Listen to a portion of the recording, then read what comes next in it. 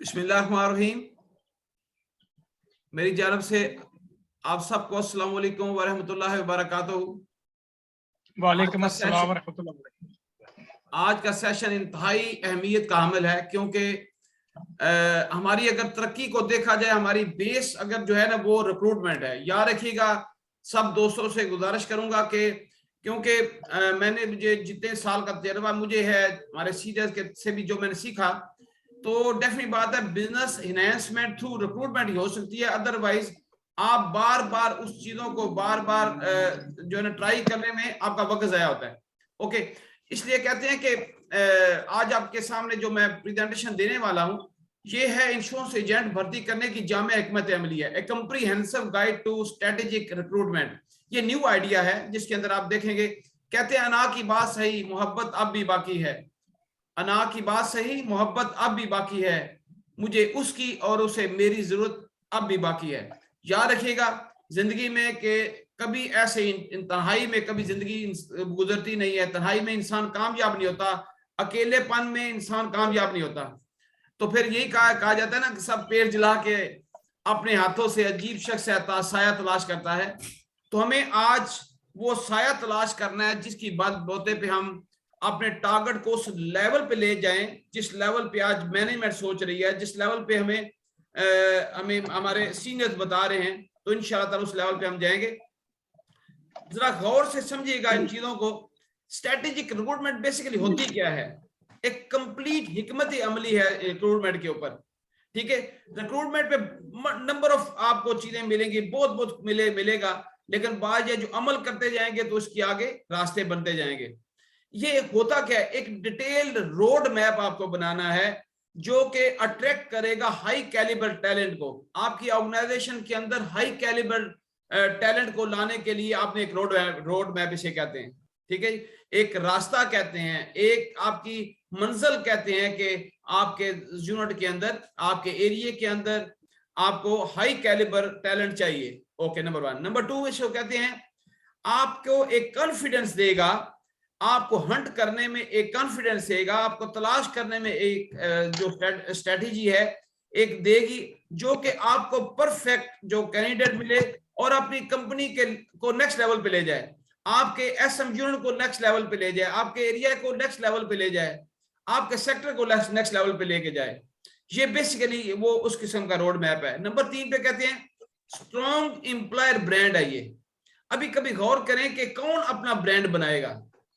State life itself बहुत बड़ा brand है। अब स्टेट लाइफ के अंदर रहते हुए अपने अपने ब्रांड आप बना सकते हैं। आपकी वैल्यू ब्रांड क्या होती है, आपके ऑफिस का ब्रांड क्या है, आपकी अपनी पर्सनैलिटी का ब्रांड क्या है, अभी हमने इस पे नहीं सोचा। हम स्टेट लाइफ को कैश कर ही नहीं पाए अभी तक। मैं हकीकत बात बताऊं कि जितना बड़ा ब्रांड हमारे पास मौजूद है, और अगर हम उसको निचले सतह पे अपने लेवल तक उसको अब देखें तो आपके सामने बहुत बड़ा एम्प्लॉयर ब्रांड हो सकता है कि आप लाहौर के अंदर, पाकिस्तान के अंदर आपका नाम गूंजे, यार सबसे टॉप लेवल का जो बंदा है जिसको पास हमने ज्वाइन करना है वो कौन हो सकता है? रियाज अहमद अमान हो सकता है, वो मकसूद मान हो सकता है, इरफान हो सकता है, वो हमारी मतलब नविता हो सकती हैं। आपने कभी अपना ब्रांड सोचा ही नहीं अभी तक। ये मैं अभी आपको स्ट्रेटेजिक रिक्रूटमेंट पे लेके आया हूँ। ऐसा ऐसा हम नीचे तमाम लेवल तक पहुंचेंगे जिस तरीके से आपके रिक्रूटमेंट को फाइनलाइजेशन लेके आना है। तो याद रखिए, एस्टेब्लिश करें अपने आप का। फॉर एग्जाम्पल अगर हम छोटी सी बात करें, एक अगर हम देखते हैं तो जहां कहीं भी कोई प्रॉब्लम आती है तो नाम किसका आता है, किससे पूछें? तो वहां पे एक खालिद मुशैर साहब का एक नाम आता है। दिस द ब्रांड, इनका एक नाम भी एक ब्रांड बन चुका है। हर शख्स किसी रीजन से उठे तो यहां से बात करते हैं। अल्हम्दुलिल्लाह, अल्लाह पाक की रहमत से अब अगर ऑनलाइन रिक्रूटमेंट करनी है, ऑनलाइन सेटअप करना है, ट्रेनिंग के अंदर जब भी नाम आएगा तो डेफिनेट बात है इसको आपको सामने है कि हम इसको लेके चल रहा हूं। ठीक है, अपने अपने ब्रांड को कैसे देखेंगे, उसके बाद आपने टारगेट ऑडियंस कौन सी करनी है। हम मल्टीपल टास्क को चेक कर रहे थे, जबकि हमारे अंदर इतनी कैपेसिटी नहीं है कि हम मल्टीपल टास्किंग की तरफ जाएं। We should go for the professionalism. हमारे पास टारगेट ऑडियंस कौन सी होगी, कौन सी ऑडियंस को आपने हिट करना है, आज तक कभी हम इसको नहीं बना सके। स्ट्रेटेजिक जो रिक्रूटमेंट है ये टारगेट ऑडियंस की तरफ बढ़ती है। कि अगर आपने किसके अंदर एक्सपर्ट हो, उस एक्सपर्टीज को इस्तेमाल करो, उस टारगेट को हिट करो, उस ऑडियंस को हिट करो, तो आपका रिजल्ट जो है ना वो लेवल तक पहुंच जाएंगे। नंबर आगे 4 पे देखें, प्रायोरिटाइज जॉब एंड टारगेट्स। आप अपने प्रायोरिटाइज क्या करेंगे, किस किस को आपने जॉब देनी है, कौन कौन से टारगेट आप मीट करना चाहते हैं। देखो याद रखिएगा, हर जॉब के साथ एक टारगेट का लेवल है। यहाँ पे एग्जांपल है कि आपने लाहौर में टॉप पे करना है, आपने रीजन में टॉप करना है, आपने पाकिस्तान को टॉप करना है, तो जब आप वो टॉप करना चाहेंगे, जो टारगेट अचीव करना चाहेंगे, उसके साथ जॉब को रिलेट कर दें। तो याद रखिएगा, जॉब जितनी भी दुनिया में ऑर्गेनाइजेशन बड़ी बनी है, पब्लिक लिमिटेड जितनी बड़ी आपको एम्पायर्स खड़ी हुई है दुनिया के अंदर, उसके अंदर जॉब पहले होती है, लोगों का इन्वॉल्वमेंट होती है। अगर ह्यूमन रिसोर्सेज को निकाल दिया जाए तो तमाम अदारे जीरो पे आ जाएंगे। अंडरस्टैंड? तो आज हमारे पास ह्यूमन रिसोर्सेज क्या है, हमने तो ऐसी ह्यूमन रिसोर्सेज रखी हुई है जिसका को जिसको इसके हमारे साथ लिंक ही नहीं है जिसका, लेकिन उनमें से हम बड़ी मुश्किल से, बड़ी तंगी के साथ अगर आप एनालिसिस करेंगे, नेक्स्ट टाइम आपको एनालिसिस पाकिस्तान का बताऊंगा कि पर पॉलिसी एवरेज क्या है, सारी चीजें आपको फिर पता चलेगा क्या है। ओके, फिर आपने लास्ट है मेक डेटाबेस डिसीजंस। अच्छा, डिसीजन करने में भी आपको सोचना है। प्लीज म्यूट कर दें जिसकी आवाज आ रही पीछे से। Make database decisions. हम डिसीजन करने में भी माहिर नहीं है, हम गुड डिसीजन मेकर नहीं है। एक अच्छा लीडर, टॉप का लीडर, वो डिसीजन मेकर पे, डिसीजन पे बड़ी बिलीव करता है। कहते हैं इसके बारे में कहा जाता है कि leaders makes a decision either right और रॉन्ग। हमें डिसीजन करना है डेटाबेस पे। एग्जांपल है, आपको डेटाबेस तलाश करना है कि इस वक्त कितने लोग किस किस फील्ड में बेरोजगार बैठे हुए हैं, कौन कौन से यूनिवर्सिटी से लोग निकलते हैं जिसमें आपको जॉब का स्ट्रक्चर नहीं मिल रहा, और जहां पे वो निकलते ही जो जॉबलेस हो जाते हैं। डेटाबेस की तरफ बढ़े।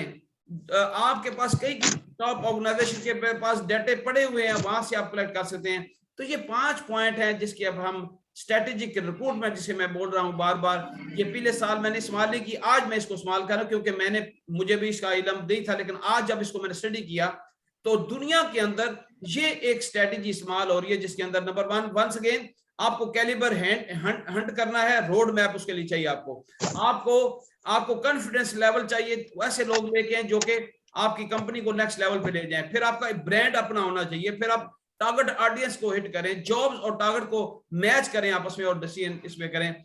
नेक्स्ट देखें, creating a solid strategic recruitment plan. कैसे क्रिएट करेंगे मजीद, स्टेप बाय स्टेप, 10 स्टेप है सिर्फ। इन स्टेप को अगर हम लिखना शुरू कर दें, अगर हम बनाना शुरू कर दें, यकीन करें कोई शख्स ऐसा नहीं होगा कि जिसकी रिक्रूटमेंट जो है ना 50, 100, 200 ना हो। Number 1, look at past successes and failures. सबसे पहले हमें देखना है कि हमारी पास्ट क्या है, मेरा 2019 क्या है, 20 क्या है, 21 क्या है, मैंने क्या किया, मेरे पास किस जगह से मैं रिक्रूट किया, और वहां पे मुझे कहां से बेहतरी आई, कहां से मुझे प्रॉब्लम आई, मुझे कौन से लोग चले, कौन से नहीं चले, कितने % मेरी रिटेंशन रेशियो आई, मेरी फेलियर्स कहां पे हैं। अगर आप ये नहीं देखेंगे तो अगला सेटअप आपका नहीं चल सकता। ये पहला स्टेप है। Number 2, align the mission with the hiring decision. अपने जात को सामने रखते हुए, अपने ऑफिस को सामने रखते हुए, अपने एरिया को सामने रखते हुए आप देखें मुझे कौन से रिक्रूटमेंट लेवल पे जाना है, मैंने अपने मिशन को अलाइन करना है रिक्रूटमेंट के साथ। फॉर एग्जाम्पल मेरा मिशन है कि मैं टॉप करूंगा जोन को या सेक्टर को, तो वो मिशन जो है वो हायरिंग के साथ अटैच करें, तो फिर उस लेवल के लोग आपको लेके आने हैं। ठीक है। Number 3, conduct a skills gap analysis. अच्छा, यहाँ पे बहुत बड़ा हमारा मसला है, हमें अपनी स्किल्स का भी नहीं पता, हमें दूसरों की स्किल्स का नहीं पता, मुझे अपनी टीम की स्किल्स का नहीं पता। ये जो गैप एनालिसिस है ना, वो चेक करें कि फॉर एग्जाम्पल आप खुद हैं तो देखें कि मेरे अंदर क्या गैप्स हैं, कि मेरी स्किल्स इसके लिए फिट है, अगर नहीं तो मुझे स्किल चाहिए। दुनिया के अंदर माय डियर, दुनिया के अंदर स्किल्स को टॉप पे लिया जा सकता है, एजुकेशन को अब नहीं। गूगल वालों ने क्या है कि हमें कुछ नहीं चाहिए, स्किल्स बता दो आपके अंदर क्या है, तो आपको हायरिंग कर लेगा, हमें डिग्री भी नहीं चेक करेंगे। अगर हमारे अंदर इसकी स्किल नहीं है तो हमें क्रिएट करनी है स्किल्स। वो देखे गैप्स कहां पे हैं, रिक्रूटमेंट करने के जो आपके गैप्स हैं वो कहां पे मौजूद हैं, उसको आपने फिल करना है। नंबर 4 पे है have a clear job description. जब किसी को बुलाओ, किसी को रिक्रूट करना चाहोगे, इसका पूरे का पूरा सेटअप लिख के रखो। आज जॉब्स निकलती हैं, कभी आपने देखा, वो सबसे पहले 2 चीजें देते हैं, कहते हैं जॉब डिस्क्रिप्शन ये होगी अगर आपने जॉब पे करना है। वो 20-25 पॉइंट उन्होंने दिए होते हैं बना के, तो आपको सीधा सीधा कहते हैं ये जॉब डिस्क्रिप्शन है, do you want to come, then okay. हमारे पास कोई जॉब डिस्क्रिप्शन नहीं होती, हमने उसके क्या करवाना है, आप अपनी क्रिएट कर सकते हैं। अगर मुझे कहेंगे, मेरे बॉसेस कहेंगे, तो मैं उसके लिए भी आपके लिए काम करूंगा। इसके लिए रिक्रूटमेंट के बाद जॉब डिस्क्रिप्शन कैसे बनानी, फिर जॉब स्पेसिफिकेशन भी इसमें आती है कि जॉब स्पेसिफिकेशन का मतलब है कि right man for the right job.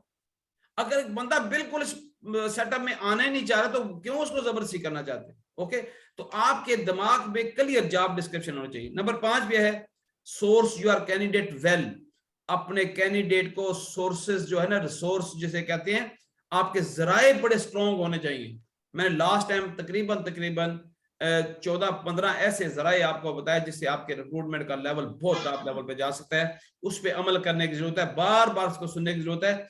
अपने सोर्स योर कैंडिडेट, अपने कैंडिडेट को प्रॉपर वे में सोर्स करो।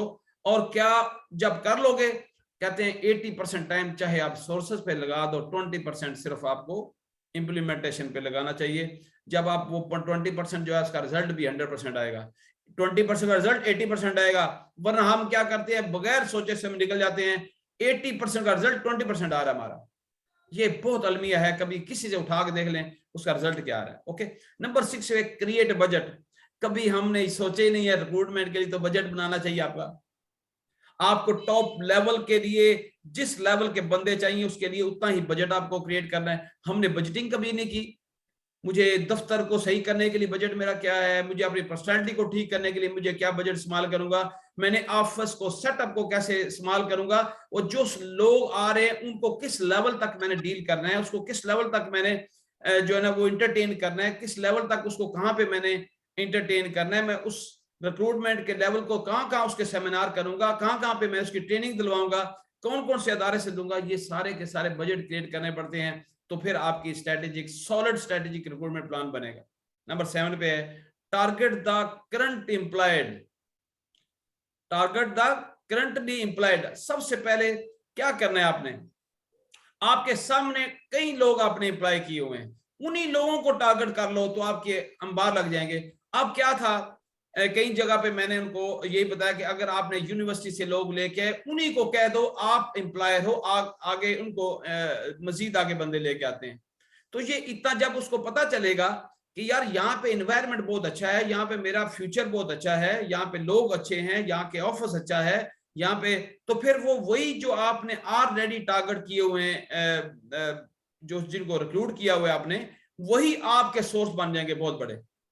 एक को लाएंगे तो आगे 10 बंदे को लेके आएगा, 10 बंदे आगे 100 बंदों को लेके आएंगे, लेकिन एक बंदा ही हमारा सेटिस्फाई नहीं होगा तो आगे नहीं लेके आएंगे।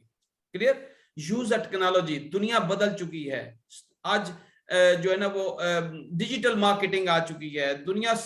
कोविड-19 के बाद अभी जो सिलसिला चल रहा है, पोस्ट कोविड के अंदर जो रिजल्ट आने वाला है, जो आ रहा है, आ चुका है, मजीद आएगा। 70% दुनिया के अंदर लोग जो है टेक्नोलॉजी की तरफ बढ़ गए हैं, ऑनलाइन पे चले गए हैं। लेकिन हमारे पास टेक्नोलॉजी है नहीं, हमारे कंप्यूटर को हाथ लगाने में हमें करंट आता है, हमें फेसबुक सिर्फ चलानी आती है, उसमें फेसबुक पेज खोलना नहीं आता हमें मल्टीपल टास्किंग नहीं यहाँ पे करनी चाहिए। आपको कोर्स कर ले, महीने का 2 महीने का, तमाम चीजें अंडरस्टैंड करेंगे तो फिर आपको इसका समझ आएगी कि टेक्नोलॉजी मैं कैसे रिक्रूटमेंट में इस्तेमाल कर सकता हूँ। बिलीव यू मी, मैंने लास्ट टाइम पे बताया था कि एक दफा मैंने ट्रायल बेसिस के ऊपर, जब भी मैं कुछ आपको एडवाइस करता हूँ तो मैं ट्रायल खुद करता हूँ। मैंने जब एडवाइस किया, ट्रायल के अंदर मैंने एक फेसबुक पेज लगाई कि मुझे एक HR कंसल्टेंट चाहिए, HR बंदा चाहिए। तो सर 32 बायोडाटा 2 दिन में अपलोड हो गए थे। अब सोचो, कहते मेरे पास बंदे नहीं है, हमारे पास टेक्नोलॉजी नहीं है, बंदे मौजूद हैं। अब आपको चूज करना है कि मुझे किस तरीके से लेना है। क्या आपने सारी जिंदगी पूरा साल भागते रहना है 10 बंदों के लिए, या आप 1 घंटे में 2 घंटे में 50 लोगों को अड्रेस कर सकते हो? This is technology. जिसको जरूरत पड़े आई एम वेलकम, मैं तो आप खिदमत के लिए बैठा हूं, मुझे उसको बताना है, जाए उस पे जा, फेसबुक पे जाए, रिक्रूटमेंट थ्रू फेसबुक देख लें क्या चीज है, रिक्रूटमेंट फीमेल रिक्रूटमेंट को चेक कर लें, फिर आप जो हमारे जितनी टेक्नोलॉजी में उसको इस्तेमाल कर चाहूँ। फिर नंबर 9 पे है recruit employers to be recruiters. कमाल की बात है, recruit employers to be recruiters. मैंने ये लास्ट आपको एक इसके ऊपर भी 5 मिनट की मैंने प्रेजेंटेशन दी थी। मैंने ये बताया था कि अगर आप वो लोग जो आपके पास मौजूद हैं, ऐसे लोग जो काम ही नहीं कर पा रहे, इंश्योरेंस में आए हैं, लेकिन उनको रिक्रूटमेंट एजेंट बना लो, उनको एम्प्लॉयर बना लो कि आप जो है ना वो ये काम करेंगे, उससे भी लेके आएंगे। आपको कुछ करने की जरूरत नहीं है। जो 80% टाइम आपने रिसोर्सेज पे इस्तेमाल करना है, वो आप 5 बंदे वो रख लो, उनको पे करो। किस लेवल की अगर आप बंदे लेके आते हो तो इतनी पे आपको पर हेड मिलेगी, ये लेके आते हो तो इतनी मिलेगी। तो आपके लिए वो रिक्रूटर काम करेंगे, आपको काम करने की जरूरत नहीं। आप उसको सिर्फ इंटरव्यू करेंगे और उसको आप आगे लेके नेक्स्ट सिलसिला जो 80% लोगों से काम लेके फ्री में आप काम करवा सकते हैं। लेकिन बात यह है कि हमारे दिल बड़े होने चाहिए, पेमेंट देने में हम कहीं डरते हैं, घबराते हैं, ये चीजें नहीं होनी चाहिए। तो recruit employers to be recruited, ऐसे एम्प्लॉयर अपने पास रख लो, उनको एम्प्लॉयर ऑफ एजेंट खुद बना दो। उसको आप जो है ना आपको मैं पे करूंगा, आप ये लोग सिर्फ लेके आप इंश्योरेंस नहीं करनी, तो लोग हैप्पी होंगे। इसलिए लास्ट है don't rush through job interview. जितने भी इंटरव्यू करते जाएंगे आपको कई लोग आएंगे, हर एक को आप साइन करने की कोशिश करते हैं। इसमें रश मत करो, कोई जरूरत नहीं है लंबे चौड़े इंटरव्यूज के अंदर जाने की। आपको स्ट्रेटेजी जब बना लेंगे तो आपको खुद ब खुद ये चीजें खुद बहुत चलेंगी। तो और आपका काम जो है ना अल्लाह पाक के फजल से इस कदर कमाल का होगा कि आपकी सोच से भी बाहर होगा। ठीक है जी, ये है 10 पॉइंट। एंड पे कहूंगा please keep smiling on your faces, don't forget to smile. इसके बारे में डिबेट अभी करूंगा और मैं इसके बाद एक और स्लाइड मैं देना चाहूंगा जिसके ऊपर मैं आपको, क्योंकि टाइमिंग का मुझे ख्याल रखना है, और उसमें देख लेता हूं सर।